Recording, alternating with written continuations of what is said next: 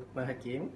Saya dengar sendi ni daripada ayah saya sendiri, yang mana dia dah guna sendi ni dalam 5 botol untuk dia punya osteoarthritis. Jadi bila selepas diguna tu hasilnya memang positif lah. Dia dah hilang osteoarthritis tu. Jadi sekarang ni saya pun mungkin masalah genetik kan. Jadi terkena pada saya. So saya pun rasa saya kena cubalah sendi ni sama. So, bapak sebelum ni memang ada sakit arthritis berapa lama? Dia dalam setahun setengah. Setahun setengah lah. Lepas dia cuba produk sendi lebih kurang dalam 2 bulan. Lebih kurang dalam, saya tak pasti berapa bulan, tapi dalam 5 botol lah. 5 botol dah 2 bulan lebih lah. 2 bulan lebih lah. So memang ada dia dah Memang positif. Dia dah tak ada dah. Macam bengkak-bengkak sendi pun dah tak ada. Alhamdulillah. Semua kuasa Tuhan abang.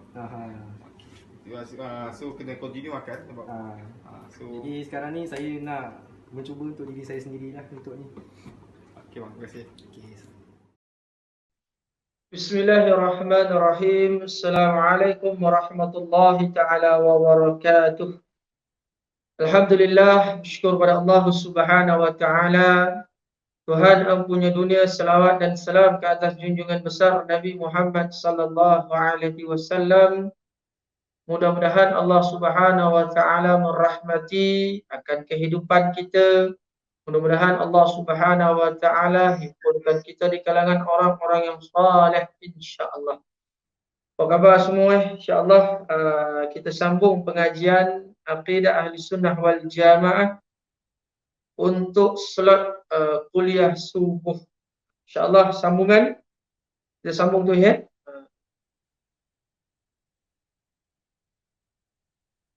Fitrah manusia perlu kepada agama. Sebelum ni Ustaz bagi tahu, fitrah semula jadinya manusia perlu kepada agama. Bahkan kita pun faham dan tahu agama yang kita anuti itu mestilah agama yang betul, yang dibawa oleh Nabi dan sahabat Nabi SAW, yang berpandukan dengan Al-Quran dan hadis Nabi SAW. Bahkan setelah kita memasuki agama Islam, kata Allah Ta'ala, mematuhi segala hukum-hukumnya. Fisilmi kafah, mematuhi segala hukum-hukum Allah Ta'ala. Dan lepas itu Allah Ta'ala beritahu dalam surah Ali Imran, siapa yang ambil agama selain daripada agama Islam, maka tidak akan diterima daripada. Jadi yang diterima oleh Allah Subhanahu Wa Ta'ala akan agama yang dikatakan agama Islam. Selain daripada agama Islam tidak diterima. Bahkan apabila tidak diterima, maka tidaklah diterima amal soleh kita kepada Allah Subhanahu Wa Ta'ala. Jadi sambungan, kita selaku orang-orang yang beriman dalam hidup dan kehidupan kita sehari-hari memerlukan kepada agama yang sebenar, yakni agama Islam, agama yang sebenar, agama Islam. Tak ada agama di sisi Allah Ta'ala selain daripada agama Islam.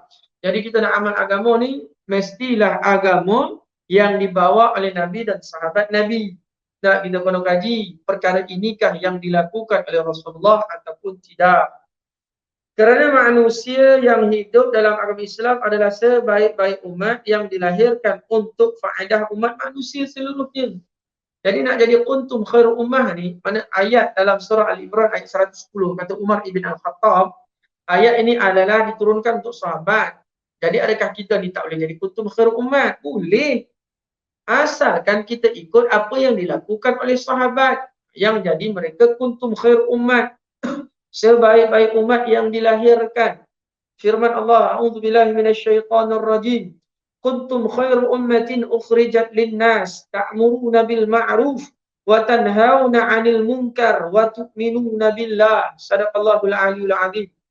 Mafhumnya kamu wahai umat Muhammad adalah sebaik-baik umat yang dilahirkan bagi faedah umat manusia kerana kamu menyuruh berbuat segala perkara yang baik-baik dan melarang daripada segala perkara yang buruk dan keji, serta kamu pula beriman kepada Allah Subhanahu Wa Ta'ala dengan sebenar-benarnya. Nak jadi kuntum khairu ummah, kita kena jadi sebaik-baik umat. Kita nasihat orang buat baik, nasihat orang jangan melakukan perkara-perkara yang Allah larang. Dan lepas itu kita pun beriman kepada Allah Ta'ala. Kita pun beriman kepada Allah Jangan pandai cakap sahaja tetapi tidak beriman kepada Allah Subhanahu wa taala. Jadi itu sebablah kenapa kita digelar kuntum khairu ummah. Khairu ummah ni makna dia sebaik-baik umat. Sebaik-baik umat. Jadi Allah Ta'ala bagi tahu umat Muhammad ni adalah sebaik-baik umat jikalau dia melakukan perkara yang dilakukan oleh sahabat Rasulullah dan sahabat Nabi SAW. Apa yang dilakukan oleh sahabat? Taat Allah, nasihat kawan jangan buat tak baik, bantu orang, buat bono-bono yang baik, tak ada makan rasuah, tak ada buat bono-bono yang Allah Ta'ala larang, sentiasa dirinya faham kemahuan dan kehendak Allah Subhanahu wa Ta'ala. Itu sebab boleh jadi kuntum khair ummah. Kita nak jadi kuntum khair ummah macam mana sedangkan kita tak ikut apa yang Nabi buat, apa yang sahabat buat, macam mana kita nak jadi kuntum khair ummah? Macam kita nak jadi sebaik-baik umat. Jadi nak jadi sebaik-baik umat, kena amal apa yang diamalkan orang yang telah berjaya, sahabat-sahabat Nabi yang telah berjaya. Hidup lagi Allah Ta'ala jamin syurga untuk sahabat. Sebab apa benda ini berlaku? Sebab ketaatan sahabat kepada Rasulullah, kepada agama yang Allah Subhanahu wa Ta'ala bawa. Itu sebab kita nak dapat title khair ummah ini, kita kena laksana apa yang dilaksanakan oleh sahabat Nabi sallallahu alaihi wasallam. Firman Allah Ta'ala tersebut dengan jelas menyatakan bahawa kemuliaan dan keistimewaan telah diberikan kepada oleh Allah Ta'ala kepada umat Nabi Muhammad SAW, yakni orang Islam. Jadi nak jadi khairul ummah, keistimewaan yang Allah Ta'ala berikan itu kita kena taat. Nak jadikan kehidupan kita dalam agama Allah Ta'ala. Tak boleh nak sedih-sedih macam tu ataupun sepadan dengan nama saja tak dapat khairul ummah. Minta maaf tuan-tuan silat. Jauh api pada panggang, nak dapat khairul ummah kita perlu laksanakan. Setelah kita memasuki agama Islam, melaksanakan hukum-hukum Allah Ta'ala sebaik yang mungkin, sehabis yang mungkin. Jangan berkira-kira kita. Jangan kita rasa bodoh ni membuang masa. Ataupun kita berkira-kira dalam nak beramal. Nak dapat khairul ummah macam mana. Nah, sahabat berjaya sebab apa? Dia bagi seluruh diri, harta dan masanya untuk agama Allah Ta'ala. Jadi kita ni semampu yang kita boleh lah. Nah, semampu yang kita boleh untuk dapat khairul ummah itu. Kemuliaan dan keistimewaan yang telah diberikan oleh Allah Ta'ala kepada umat Muhammad sallallahu alaihi wasallam, yakni orang-orang Islam, ialah selagi mereka tetap setia menjalankan 3 dasar Islam. Yang utama itu iaitu menyuruh membuat kebaikan, melarang daripada kejahatan, serta beriman kepada Allah Azza wa Jalla. 2 benda, ada 3 benda. Yang pertama sekali dia buat baik. Lepas tu ajak orang buat baik. Dia larang orang buat jahat, dia pun sama tak buat jahat. Dan lepas tu dia beriman kepada Allah Ta'ala. Jangan dia suruh orang buat baik, dia tak buat baik. Dia suruh orang larang buat jahat, dia lah penyamunah. Tak jadilah khairul ummah tuan-tuan. Jadi inilah agama Islam yang sentiasa menjaga umatnya. Yang sentiasa menjaga penganutnya tuan-tuan sekalian. Yang sentiasa menjaga akan perkara-perkara tanggungjawab ataupun tanggungjawab kita sebagai umat Muhammad sallallahu alaihi wasallam. Jadi habis fitrah manusia perlu kepada agama. Fitrah manusia semula jadinya perlu kepada agama, bahkan Allah Ta'ala sediakan semula jadi manusia dengan agama. Jadi kita perlu taat perintah Allah Ta'ala dan selepas itu kita beramal dengan apa yang disuruh oleh Allah Ta'ala berdasarkan Al-Quran dan hadis. Lepas itu kita jadi kehidupan kita amal akan sunnah Nabi sallallahu alaihi wasallam. Barulah betul cara kita dan nampak manfaat. Kadang-kadang kita rasa lesu, kita rasa letih nak beramal sebab kita tak nampak manfaat itu. Kita rasa tak semangat, bahkan kita rasa membuang masa, sedangkan itu perkara yang bukan membuang masa, itu penyelamat kita apabila kita kembali kepada Allah Subhanahu wa Ta'ala. Ya, kelas lebih kan satu bahagian. Bahagian lain pula dalam Islam agama fitrah ni, Islam sesuai dengan fitrah manusia. Islam pula tadi fitrah manusia perlu pada agama yang Allah Ta'ala redha, ini agama Islam. Bahkan ulama beritahu pula Islam sesuai dengan fitrah manusia. Kalau tengok tajuk ni pun kita tahulah kan. Sebab apa Islam sesuai dengan fitrah manusia? Sebab Islam ini adalah milik Allah Ta'ala. Bahkan kita ni adalah makhluk milik Allah Ta'ala. Dan nak jalankan hidup kita berdasarkan apa kemauan kehendak Allah Ta'ala. Barulah betul tuan-tuan. barulah betul cara hidup kita. Memang Islam sesuai dengan fitrah manusia. Cuma kita nak malu, kita ni jadi malu-malu nak amal dengan sunnah Rasulullah sallallahu alaihi wasallam. Kita nak malu-malu besok. Bersogan-sogan kita tentang sekalian rasa malu pun kita kan nak amal. Nak amal sunnah, nak malu kita, bahkan nak amal, nak jalan dengan orang amal sunnah kita jadi malu. Sedangkan itulah kejayaan kita sebenarnya, kan? Nak pergi pasar raya, nak pakai jubah, nak ada janggut, nak tuan pakai kopiah, ya Allah malu. Malu soal amal sunnah. Orang kata buat kita amal, kita tak malu. Orang Rasulullah buat, kita malu jadi. Itu sebab kita kena ada rasa cinta tentang agama Allah Ta'ala ni. Untuk amal agama, amal sunnah ni kau nak ada rasa cinta. Jangan kita ada rasa kita menyusahkan diri kita. Itu yang kita tak nak. Tak nak rasa menyusahkan diri kita. Tidak, kita kena ada rasa cinta akan agama Allah Subhanahu Wa Ta'ala. Jadi Islam sesuai dengan fitrah manusia. Islam adalah agama samawi yang diturunkan Allah Ta'ala sesuai dengan fitrah manusia yang menyeimbangkan jasmani dan rohani dunia dan akhirat. Kadang-kadang menjaga Islam bukan tasbih. Tidak, Islam carilah. Tak ada bukan tasbih dah. Carilah kehidupan kita, jasmani dan rohani. Kadang-kadang kita cakap, kita kena bagi dua. Agama separuh, dunia separuh, membangak. Gaji kita pun kita buat tu, separuh bagi masjid, separuh kita guna. Boleh? Tak akan boleh kita dah. RM1 bergagal penting kita. Nak RM1 bergagal penting kita nak bagi kat masjid, nak bagi ke surau tu. Bergegar-gegar tangan kita. Jadi, memang Islam seimbangkan. Seimbangkan dunia akhirat. Lepas tu kita bukan nak lambirkan dunia ataupun nak jadikan dunia ni masuk hidup. Tidak. Kita tak jadikan dunia masuk hidup kita. Tidak. Mana bahkan tuan-tuan sekalian, kita ni buat sesuatu benda ni, pastikan kita ni ambil akhirat, tidak lupa dunia. Bukan ambil dunia, tidak lupa akhirat. Maksud kita tu, nak kita akhirat tu jalan utama kita. Dunia ini sebagai satu, bukan satu, dia macam apa? Sambilan saja sebenarnya. Permulaan kehidupan kita setelah kita mati. Sekarang ini darul imtihan, kan? Darul amal. Ini bukan permulaan kehidupan kita. Permulaan setelah kita mati. Itu permulaan kehidupan. Itu makna permulaan kehidupan. Bukan setelah kita mati, itu maka habis kehidupan. Tidak, permulaan kehidupan sunnah. Setelah kita mati, Allah Ta'ala akan soal kita. Jadi rohani jasmani, Islam seimbangkan, tapi bukan bermakna kita nak berlebih-lebih dalam keduniaan kita. Tidak, berlebih-lebih dalam keduniaan. Seimbang kita di akhirat. Dan lagi satu, Islam bukan kita nak beramal semata-mata. Tidak, nak sembahyang 24 jam tak kerja. Tidak, sahabat pun berniaga, Rasulullah pun cari nafkah. Tapi tak adalah Rasulullah ini mubalagha qanaah, itu dan silan. Sekadar keperluan, bukan nak bermewah-mewah. Islam tidak hanya menyuruh umatnya beramal untuk akhirat semata-mata dan berusaha untuk hidup di dunia sahaja. Malah selaku Islam hendaklah menyeimbangkan tuntutan jasmani dan rohani dunia dan akhirat. Iaitu selepas mengerjakan sembahyang, hendaklah pula mencari kehidupan untuk hidup di dunia. Memang kita kena cari kehidupan. Yang kita nak cari dunia tidak merosakkan akhirat. Mudah cakap. Cari dunia tidak merosakkan akhirat. Cari dunia tidak bersekutu sembahyang. Tidak bersekutu tanggungjawab kepada Allah Subhanahu Wa Taala. Baru betul. Nah, jangan dongeng macam tu, kita pun cari dunia, tuan-tuan sekalian, sampaikan kita biarkan akhirat. Seimbang bukan mana seimbang tu kita nak lebihkan dunia semata-mata, tidak. Kita nak cari dunia tidak rosakkan akhirat. Bahkan dunia itu boleh membeli akhirat kita. Sebab itulah kehidupan kita yang akan kita lalui nanti.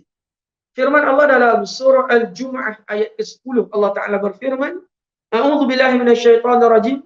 فَإِذَا قُضِيَتِ الصَّلَاةُ فَانْتَشِرُوا فِي الْأَرْضِ وَابْتَغُوا مِنْ فَضْلِ اللَّهِ وَاذْكُرُوا اللَّهَ كَثِيرًا لَعَلَّكُمْ تُفْلِحُونَ. Sadaqallahul Aliyyil Azim. Maksudnya, kemudian setelah selesai mengerjakan sembahyang, maka bertebaranlah kamu di muka bumi untuk menjalankan urusan masing-masing. Dan carilah apa yang kamu hajati daripada limpah kurnia Allah. Serta ingatlah Allah banyak-banyak dalam semua keadaan. Supaya kamu berjaya di dunia akhirat. Cari dunia, ingat Allah Ta'ala.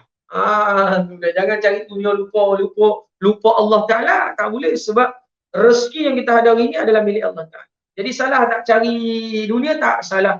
Asalkan akhirat kita tak rosak. Adanya ni cari dunia sampai rosak akhirat, jual maruah, itu yang jadi kesalahan. Islam mengandungi bermacam-macam peraturan yang ditujukan hanya kepada manusia sesuai dengan fitrah manusia yang hidup menempuh dua alam, iaitu alam dunia dan alam akhirat yang memerlukan perseimbangan hidup di dua alam ini. Jadi seimbang dua alam, bukan hidup satu alam saja, dua alam. Alam dunia darul imtihan, darul amal, alam akhirat alam balasan. Kena seimbangkan. Seimbang bukan makna kita ni macam bagus kita cakap apa, ambil akhirat, dunia jangan lupa, betul, jangan ambil dunia, akhirat jangan lupa. Salah. Jalan hidup kita adalah dunia, sambilan kita jalan hidup adalah akhirat, sambilan kita adalah dunia. Jadi manusia hidup menempuh dua alam. Jadi kadang-kadang orang ni sampai tak nak berkojo, cari nafkah. Bahkan Umar Al-Khattab bagi tahu, langit itu tidak menurunkan hujan emas dan perak. Jangan suka kita meminta-minta dengan orang. Jadi kita berusaha dengan kudrat kita sendiri. Jadi nak beritahu usaha itu bukan kita nak mubalarah dalam dunia itu. Firman Allah dalam surah Al-Qasas ayat ke-77. Allah Ta'ala berfirman, A'udzu billahi minasyaitonir rajim. Wabtaghi fima ataqallahu darul akhirah ولا تنس نصيبك من الدنيا. Sadaqallahul a'lam. Dan tuntutlah dengan harta kekayaan yang telah dikurniakan oleh Allah kepadamu akan pahala dan kebahagiaan hari akhirat, dan janganlah engkau melupakan bahagianmu, keperluan dan bekalan dari dunia. Cari akhirat, dunia itu hanya sambilan sahaja. Sekarang ni kita terbalik, cari dunia, akhirat sambilan. Tu yang salah. Akhirat lah kita nak buat sungguh-sungguh, tuan-tuan sekalian. Akhirat lah kita nak buat sungguh-sungguh dalam kita memahami kemahuan kehendak Allah. Se-Islam selaku agama fitrah menggesa manusia berusaha mencari harta kekayaan yang telah dilimpahkan oleh Allah Ta'ala. Cari harta kekayaan, terus akhirat, ingat. Dan mengerjakan amal-amal kebajikan yang mendatangkan pahala dan membawa keselamatan dan kebahagiaan pada hari akhirat kelak. Tetapi janganlah pula melupakan kebahagiaan di dalam dunia dan merasai kesenangan hidup secara halal sebelum menikmati kesenangan dan kebahagiaan yang kekal abadi di akhirat. Sebelum kita sampai benda kekal akhirat itu, kita pun carilah tuan-tuan sekalian kebahagiaan. Jangan kita cari kebahagiaan sampaikan kita lupa akan akhirat. Cari kebahagiaan, lupa akhirat. Tak pedulikah? Nak hidup kita lepas mati, tak pedulilah. Nak kita ambil benda-benda yang tak elok. Kita buat, bahkan kita yakin yang kita ni boleh hidup sampai 1000 tahun. Hidup 1000 tahun sekalipun kalau tidak amal agama dalam kehidupan, tidak bermanfaat, tidak bermanfaat. Jadi Masya Allah, kesimpulan pagi ni tuan-tuan sekalian, dapat kita nak beritahu Islam sesuai dengan fitrah manusia. Islam tak larang kita cari nafkah. Cari nafkah, cari rezeki. Nak kaya macam mana silakan. Tetapi jangan kita lupa akhirat. Kalau dah kaya tu zakat bayar, sedekah, infak, wakaf. Itu kita nak. Bukan makin kaya makin pedokut, makin taik hidung masin, tuan-tuan sekalian. Jadi kita tak nak macam tu. Kita nak dalam kehidupan kita, Islam memang sesuai kita amal. Memang sesuai kita ukur akal. Islam memang sesuai. Sebab Islam itu adalah agama Allah Ta'ala.